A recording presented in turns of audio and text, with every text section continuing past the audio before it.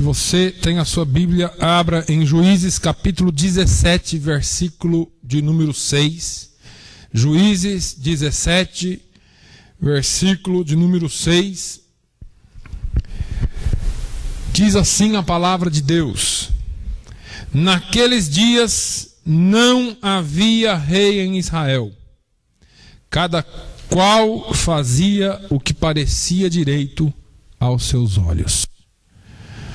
Amém? Naqueles dias não havia rei em Israel, e cada qual fazia o que achava mais reto ou melhor aos seus olhos, o que parecia ser melhor aos seus olhos. Eu estive pedindo a Deus essa semana, foi uma semana bastante corrida em alguns aspectos, mas eu estive pedindo a Deus essa semana porque nós chegamos no final do ano. E o ano passa tão rápido. E nós ainda vamos ter outras oportunidades até o final do ano propriamente dito. Mas eu estava pensando comigo e com Deus, e Deus colocou essa palavra no meu coração, porque nós estamos vivendo em dias que as pessoas, apesar de terem rei, de terem governantes, cada um espiritualmente falando e até fisicamente falando, querem e fazem aquilo que eles acham reto aos seus olhos. Nessa época aqui, não havia liderança em Israel, não havia um rei em Israel, e o povo estava perdido. Não havia padrões de conduta, não havia padrões de moralidade nem de santidade que o povo pudesse obedecer. Apesar de existir a lei de Moisés, ela não era mais considerada e muito menos obedecida. Prevalecia, portanto, como nos dias de hoje, o individualismo. Cada um fazia o que achava reto aos seus olhos. Cada um agia de acordo com a sua própria consciência, de acordo com a sua própria maneira de pensar. E como consequência disso, de toda essa desordem, de toda essa bagunça espiritual e até governamental, Israel sofre e sofreu uma expressiva derrota contra os filisteus.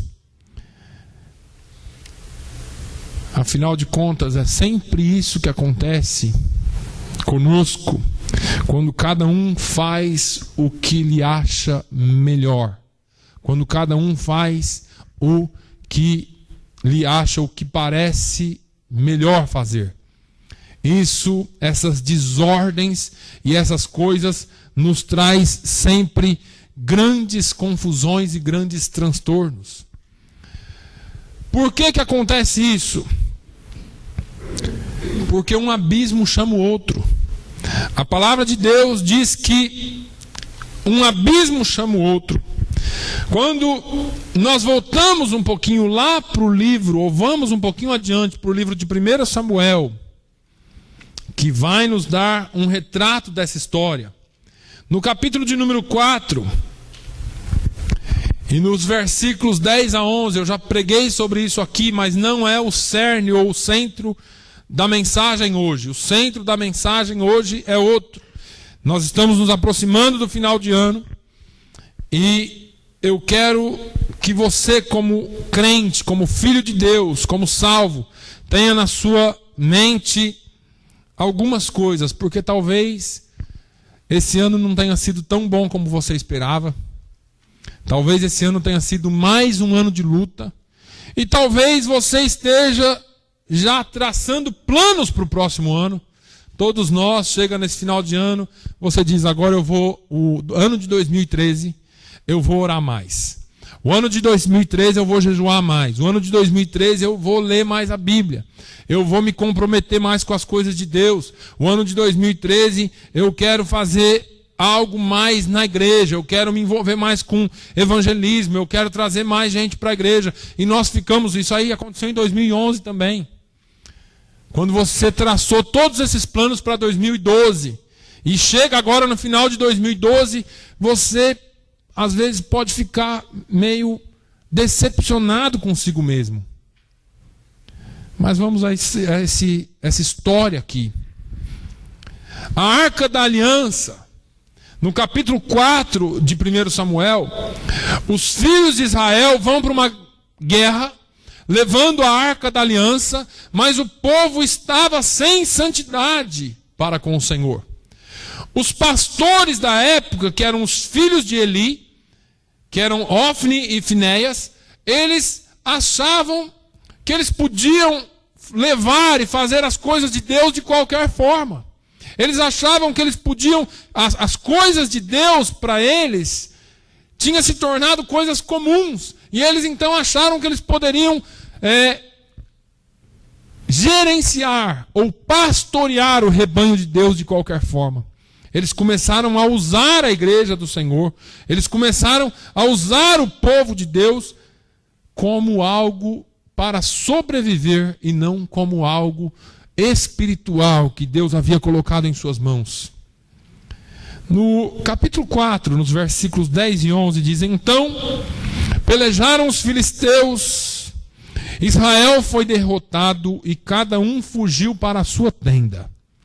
Foi grande a derrota, pois foram mortos de Israel 30.000 homens de pé. Foi tomada a arca de Deus e mortos os 2 filhos de Eli, Hofni e Finéias. Isso, para Israel, a grande derrota não foi na morte de 30.000 homens.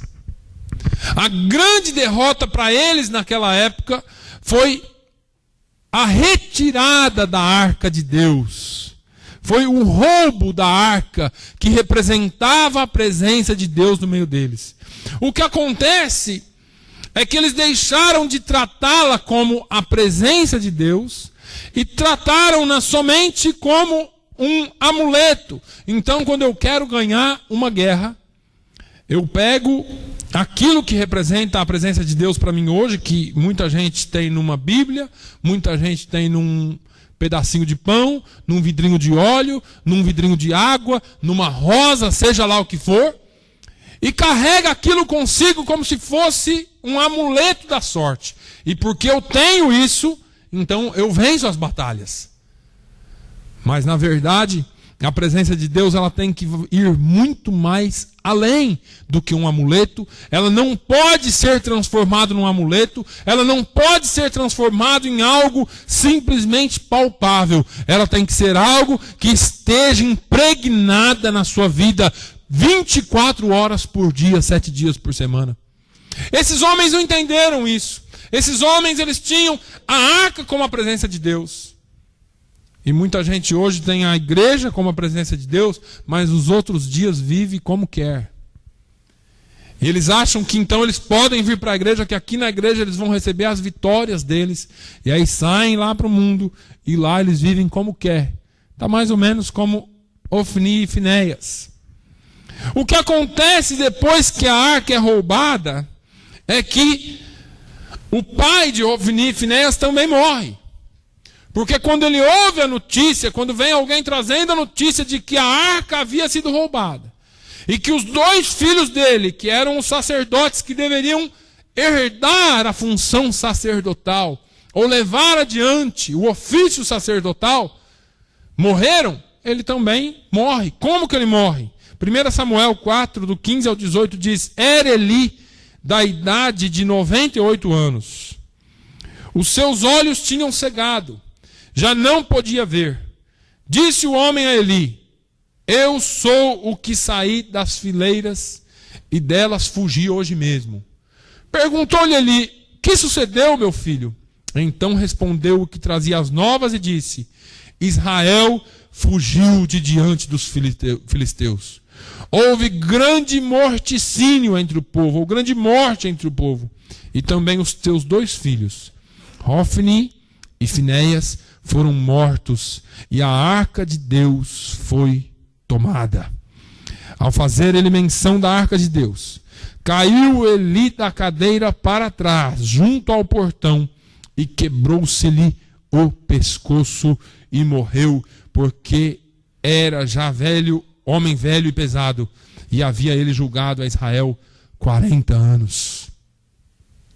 Esse homem que havia julgado Israel por 40 anos, esse homem que havia pastoreado o rebanho de Deus como juiz e como sacerdote por 40 anos, nos últimos dias, nos últimos anos da vida dele, não se preocupou com aquilo que os seus filhos estavam fazendo e agora também morre. Toda a família morreu. Nos versículos seguintes, a Bíblia diz assim: estando sua nora, a mulher de Finéias, grávida, e próximo o parto, ouvindo estas novas de que a arca de Deus fora tomada, e de que seu sogro e seu marido morreram, encurvou-se e deu à luz, porquanto as dores lhe sobrevieram. Ao expirar, disseram as mulheres que a assistiam: não temas, pois tivesse um filho. Ela, porém, não respondeu nem fez caso disso, mas chamou o menino Icabô, dizendo: foi-se a glória de Israel. Isto ela disse porque a arca de Deus fora tomada, e por causa de seu sogro e de seu marido. E falou mais: foi-se a glória de Israel, pois foi tomada a arca de Deus. Para completar esse quadro que eu estou tentando pintar na sua cabeça dessa tragédia, esse trágico quadro, a mulher de Finéias morre e coloca o nome no filho que ela, antes de morrer, deu à luz, de Icabô, que significa sem nenhuma glória, ou sem a glória de Deus. Aquele menino representava, através do seu nome, o desfecho de um processo de desobediência, o desfecho de um processo de insubmissão e de corrupção que aquele povo havia entrado por causa dos seus líderes. O povo de Israel aqui havia chegado no seu limite, sem agora qualquer força, disposição ou coragem. Quando se chega a esse ponto desse nome Icabô, sem a glória de Deus, é porque chegou no fim. Chegou ao fim de tudo.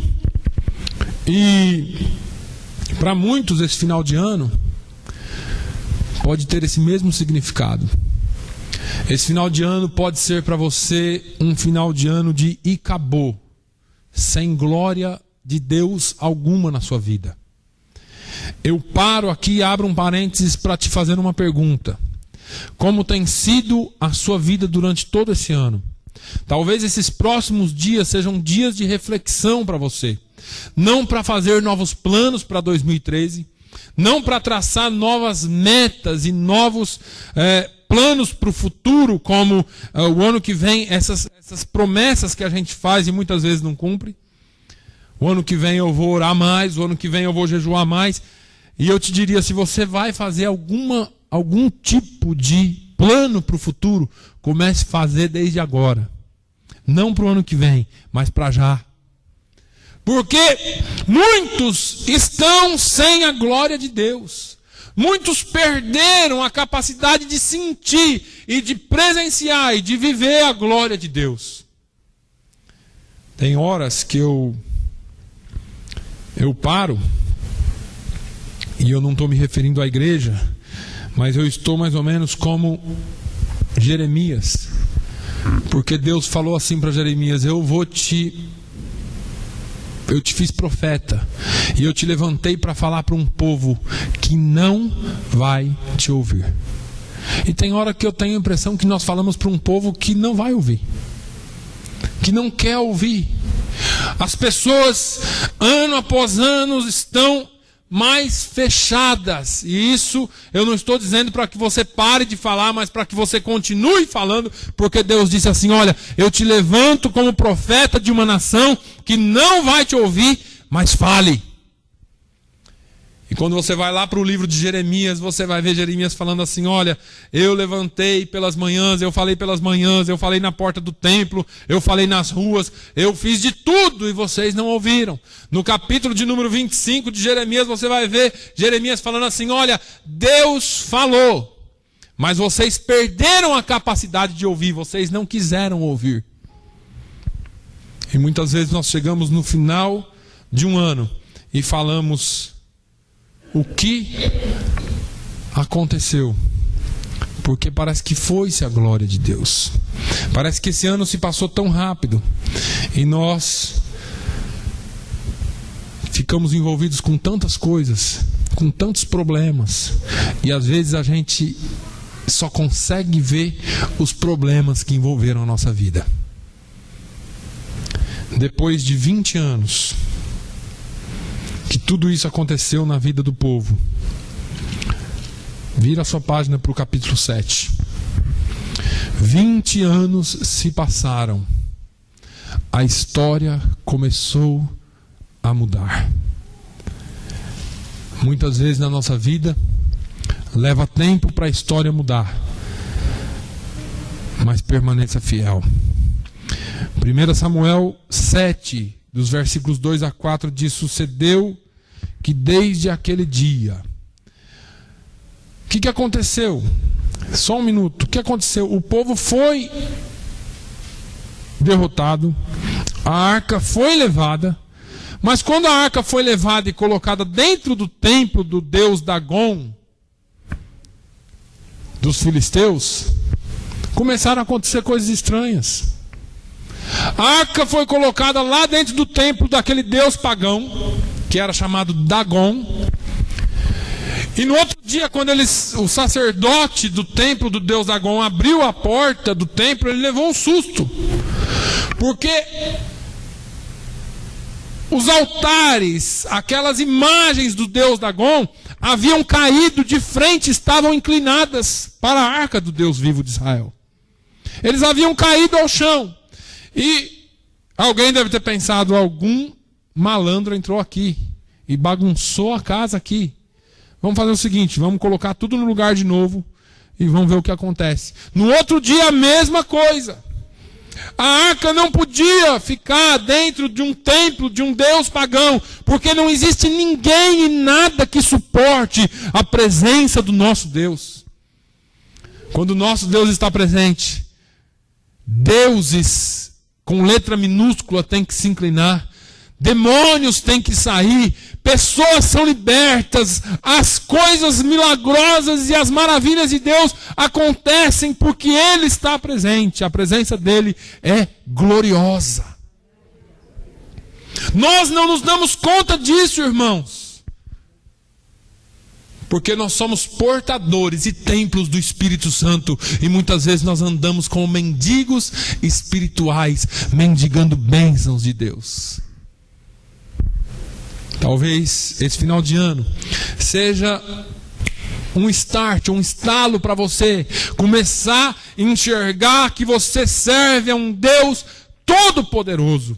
Que você entrou aqui hoje e cantou: quão grande é o meu Deus. Quão grande é o meu Deus. A glória dele invadiu aquele lugar. Aqueles deuses pagãos não puderam suportar a presença do Deus vivo de Israel naquele lugar. E eles se prostraram diante dele. Porque na presença do nosso Deus, aqueles que não o servem têm que prostrar-se na presença dele. Agora, sucedeu que desde aquele dia, a arca ficou em Queriat Jearim, que era já Israel. Por quê? Resolveram tirar a arca do templo então. E foram tentando colocar a arca em alguns lugares. Só que a presença de Deus no meio do povo ímpio começou a causar outros problemas para eles. Eles não queriam reconhecer a glória de Deus. Porque eu vou dizer uma coisa para vocês, não está na Bíblia. Mas se aquele povo tivesse reconhecido a presença do Deus vivo naquele lugar, eles teriam sido salvos. Mas eles não reconheceram. Eles trataram só como mais um objeto do povo de Israel. Mas onde a arca passava, o povo ficava doente. ficava doente. Os homens, parece até brincadeira, mas os homens, os machos, começaram a ter hemorroidas. E virou uma peste, uma praga. E todo mundo falava, o que está acontecendo? E começou uma grande desgraça no meio daquele povo. E eles então vão, tira esse negócio daqui. Tira essa arca daqui, leva, devolve, faz alguma coisa, porque aqui no nosso meio não pode ficar. E aí tiraram, devolveram a arca, e a arca ficou num determinado lugar chamado Kiriat Jearim, e tantos dias se passaram, que chegaram a 20 anos. E toda a casa de Israel dirigia lamentações ao Senhor. Agora já o profeta e sacerdote Samuel, falou Samuel a toda a casa de Israel, dizendo: se é de todo o vosso coração que voltais ao Senhor, tirai dentre vós os deuses estranhos e os astarotes, e preparai o coração ao Senhor, e servi a Ele só, e Ele vos livrará das mãos dos filisteus. Então os filhos de Israel tiraram dentre si os Baalins e os Astarotes e serviram só ao Senhor. Eu paro aqui mais um minutinho para falar com você. O povo estava clamando ao Senhor porque mais uma vez agora, depois de todo esse tempo, os filisteus queriam vir contra eles. E aí, eles vêm até Samuel e começam a reclamar. Samuel falou a toda a casa de Israel, dizendo: se é de todo o vosso coração. Irmãos, não adianta buscar Deus de qualquer jeito. Ou você busca de todo o coração, ou não busca. Ou você se entrega de corpo, alma e espírito, deixa Deus trabalhar na sua vida, deixa Deus transformar a sua vida, ou é melhor você não buscar. E você pode estar falando: pastor, o que é isso? É verdade. Porque Elias, lá no Monte Carmelo, chama a atenção do povo e fala assim: até quando cocheareis entre dois pensamentos? Até quando vocês vão ter mente ou vontade dupla? Nós estamos vivendo um tempo que, ao invés da igreja influenciar o mundo, a igreja quer se vestir como o mundo, quer falar como o mundo, quer ter tudo que o mundo tem, quer andar como o mundo anda e quer ser salva. Nós estamos precisando de uma coisa: voltar a Deus de todo o nosso coração. Todos nós aqui queremos ver Fall River transformada. Comece a se voltar a Deus de todo o seu coração. Comece a buscar a Deus de todo o vosso coração, de toda a vossa alma, de todo o vosso entendimento. Deixa Ele transformar você completamente. Tirai dentre vós os deuses estranhos, os astarotes, e preparai o coração ao Senhor. Assim, pastor, eu não tenho ídolo na minha casa. Eu não tenho deuses estranhos na minha casa, mas muitas vezes nós perdemos tanto tempo com outras coisas que se tornaram tão mais importantes que Deus para nós. E eu tenho, de uns 2 ou 3 dias para cá, eu fui sexta-feira, eu estive viajando no encontro de pastores, e eu ouvi coisas que me fizeram parar e pensar um pouquinho em alguns passos que eu, pessoalmente, preciso tomar na minha vida daqui para frente. A começar já.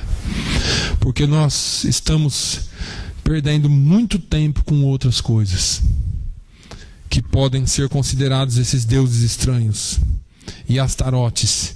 E nós precisamos preparar o nosso coração ao Senhor. Enquanto nós não prepararmos os nossos corações ao Senhor, nós não vamos ver milagres acontecendo. Eu falei sexta-feira nesse encontro de pastores, e eu falei: eu estou orando a Deus para que Deus faça milagres em nosso meio.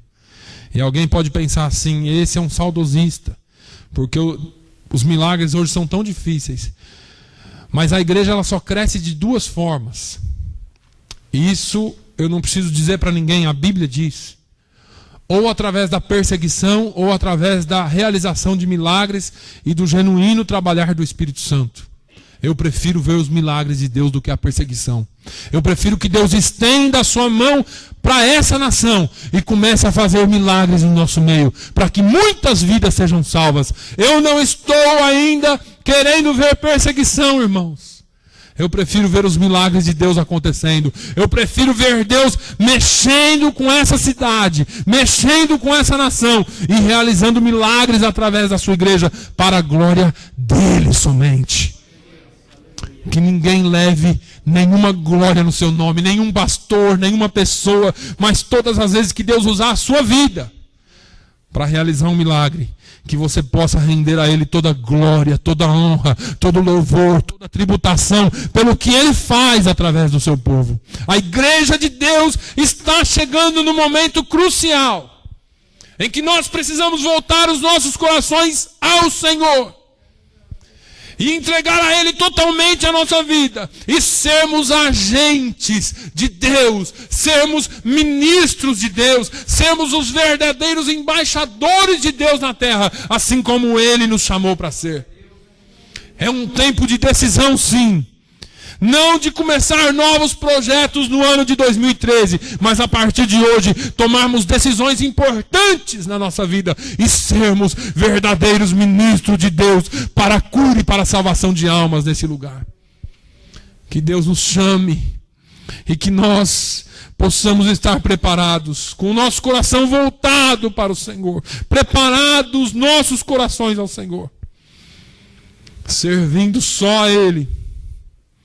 Servindo só a Ele, e Ele vos livrará das mãos dos filisteus. Agora olha só, então os filhos de Israel tiraram dentre si os Baalins e os Astarotes, e serviram só ao Senhor. Só o Senhor é Deus. Só o Senhor é digno de ser louvado e adorado e servido. Serviram só ao Senhor.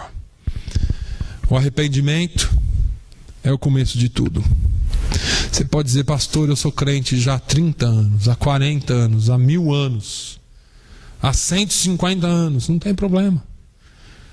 Eu já sou batizado, eu falo em línguas, eu profetizo, eu sapateio, não tem problema. Em todos os momentos da nossa vida, nós precisamos voltar ao arrependimento. Salmo 51, versículo 17 diz: a um coração contrito e quebrantado, tu não desprezarás, ó Deus.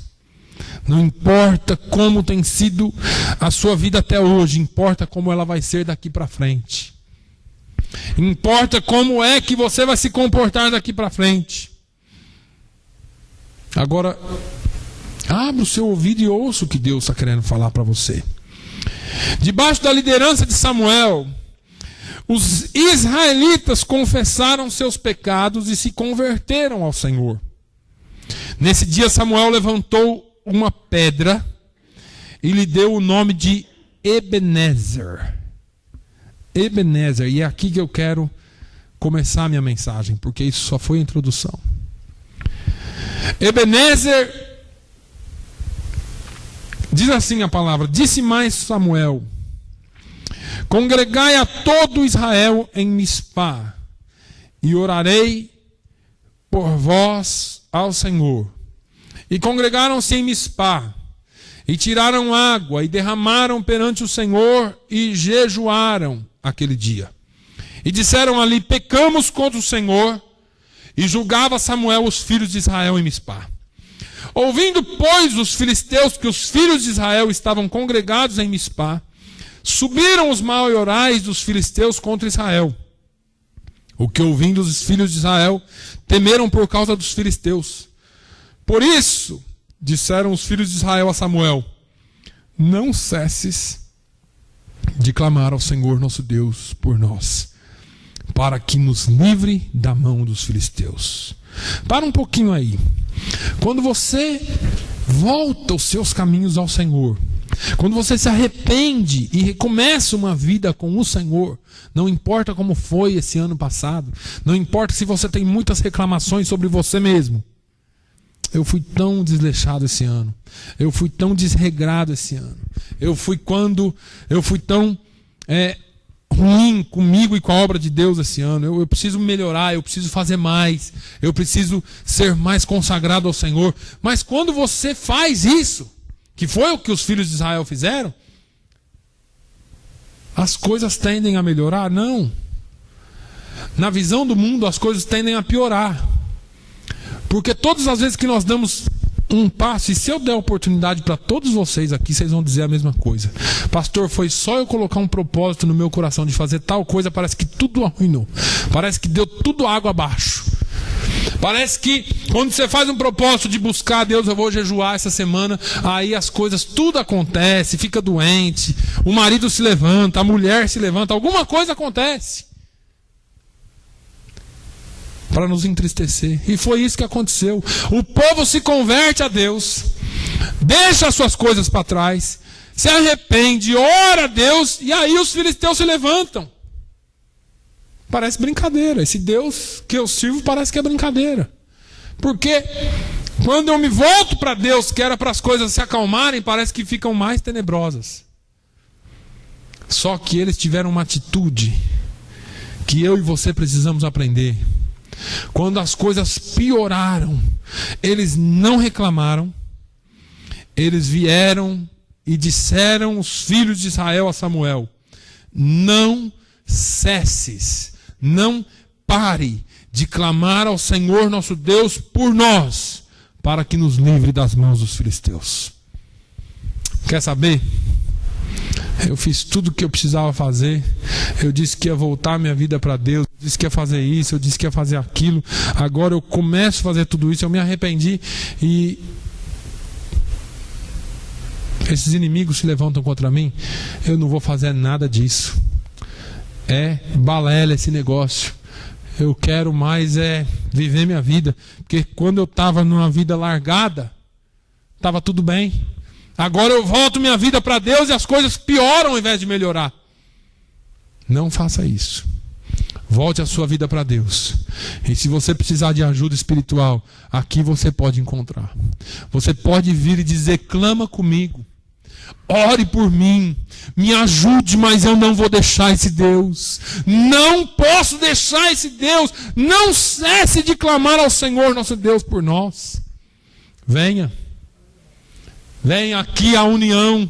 Aqui é a família de Deus. É aqui onde a gente se reúne, louva a Deus junto. É aqui onde você ouve a palavra e sai fortalecido e alimentado. É aqui onde você chega triste e sai feliz, porque na presença de Deus há abundância de alegria. Precisamos entender isso.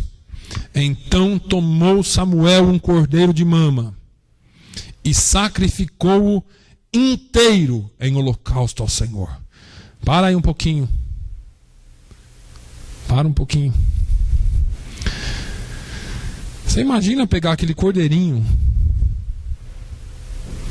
e sacrificar inteiro ao Senhor. E a Bíblia faz questão de falar inteiro, porque eles tinham o costume de dividir o cordeiro em várias partes, colocar no altar.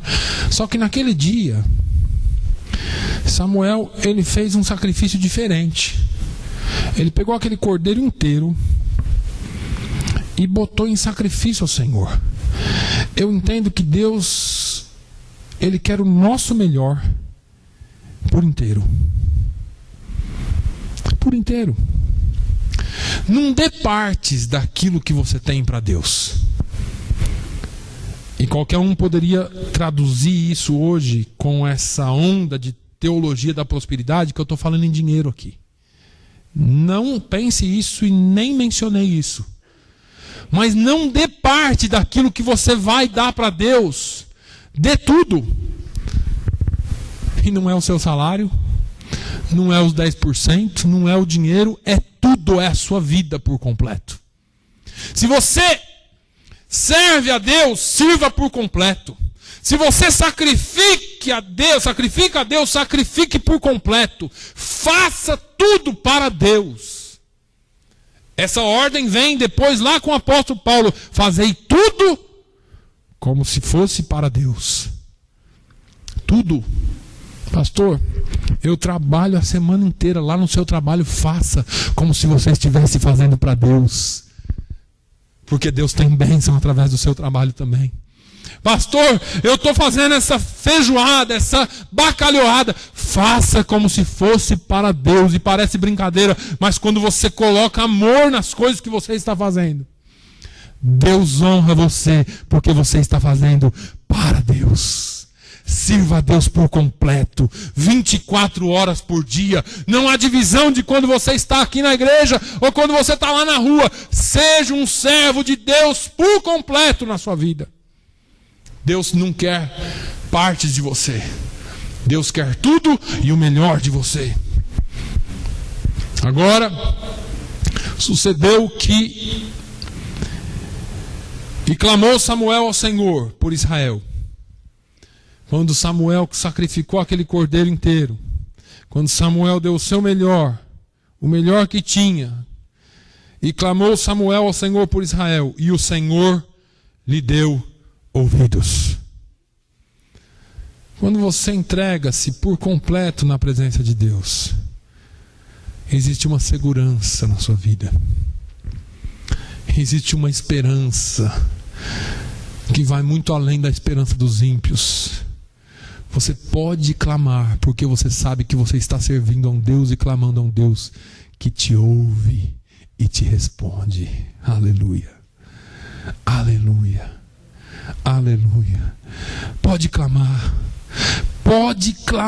porque Deus vai lhe dar ouvidos.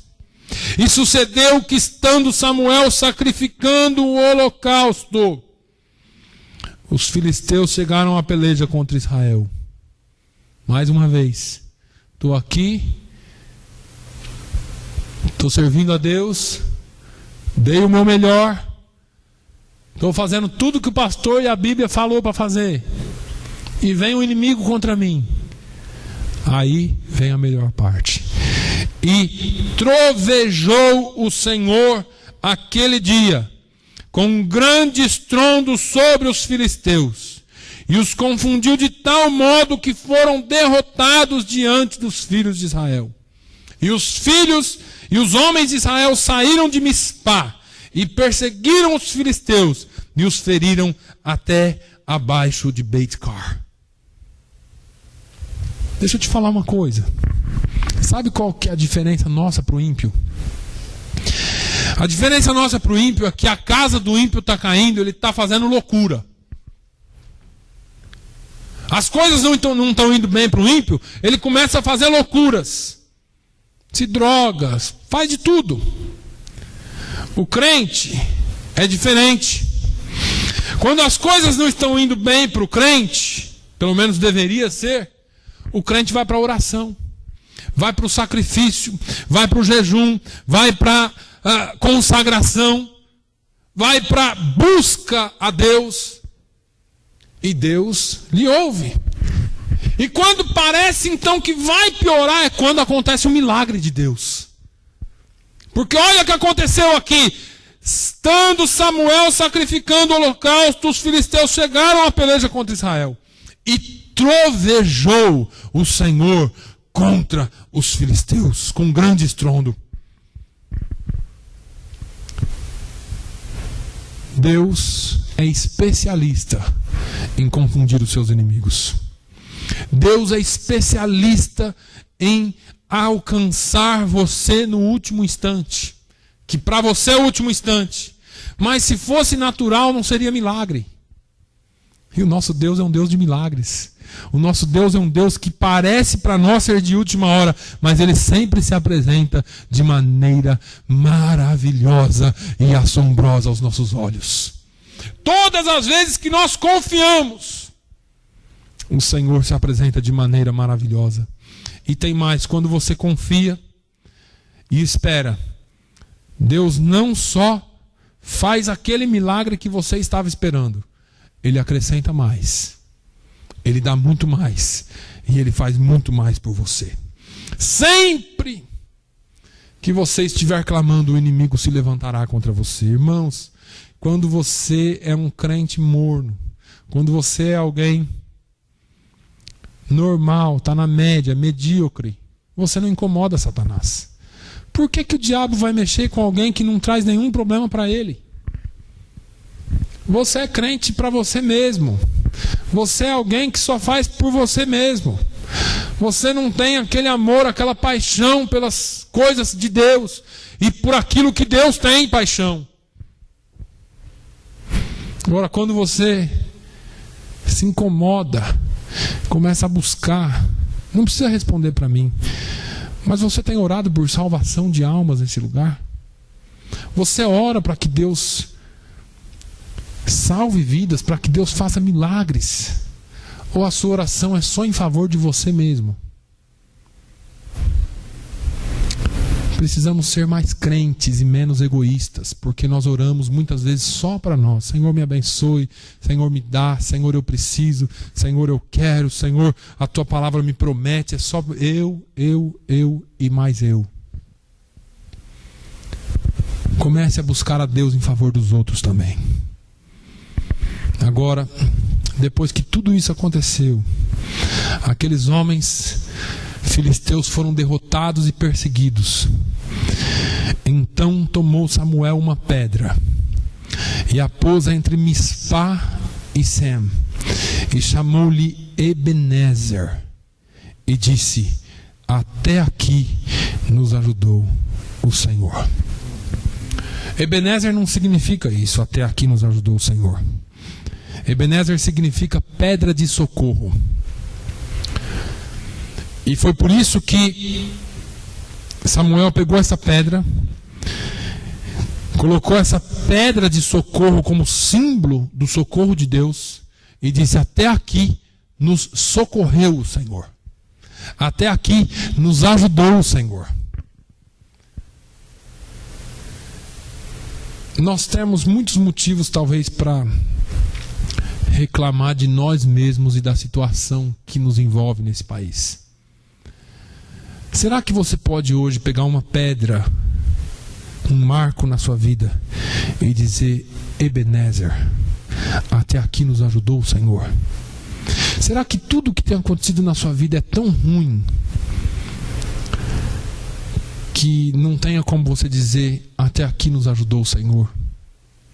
Porque eu comecei essa mensagem falando do ano que vai chegar e do ano que está se findando.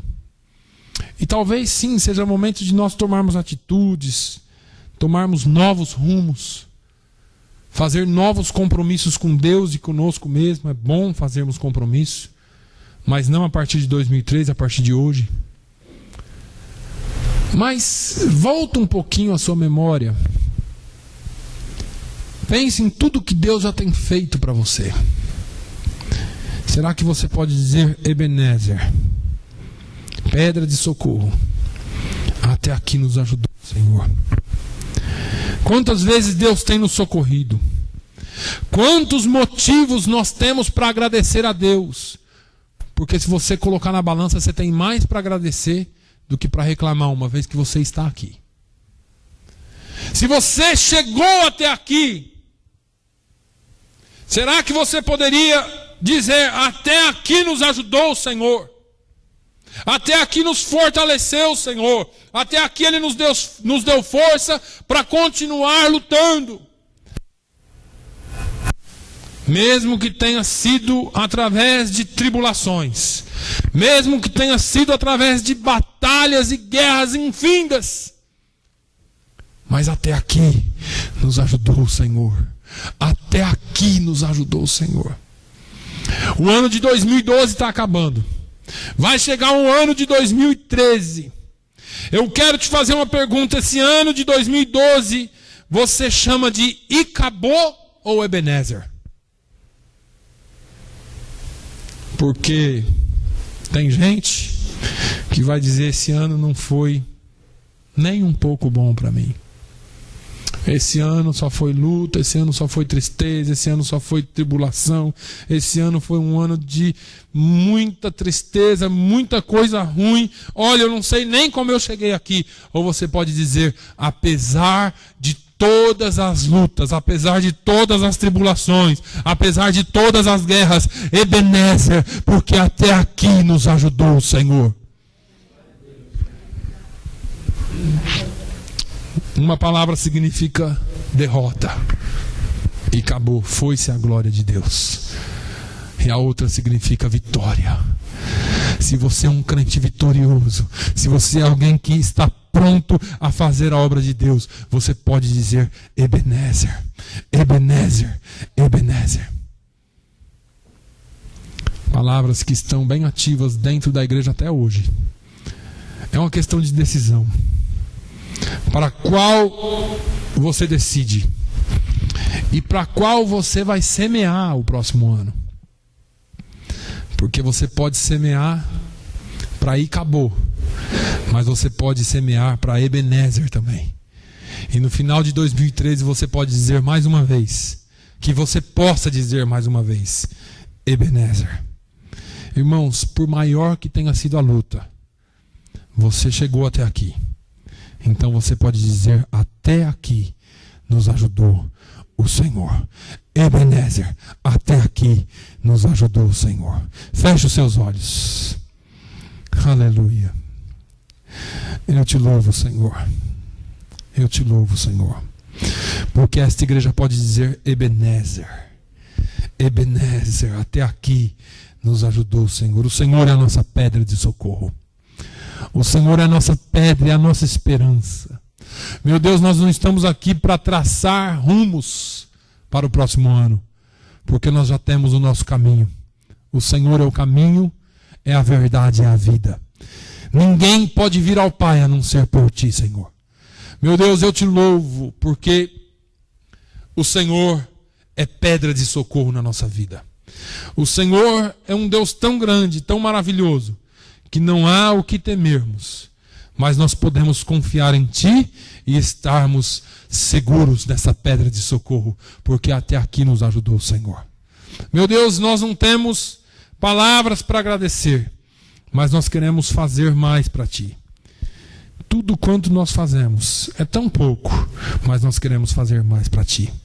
Pai, ajuda-nos e continue nos dando força, para que no próximo ano nós possamos falar Ebenezer de novo, para que no próximo ano nós possamos dizer que o Senhor foi uma pedra de socorro e até aqui nos ajudou, Senhor. No nome de Jesus, eu te peço e agradeço que o amor de Deus, a graça do nosso Senhor e Salvador Jesus Cristo, a comunhão e a consolação do Espírito Santo seja sobre todo o povo de Deus hoje e sempre. Todos dizem amém. Irmãos,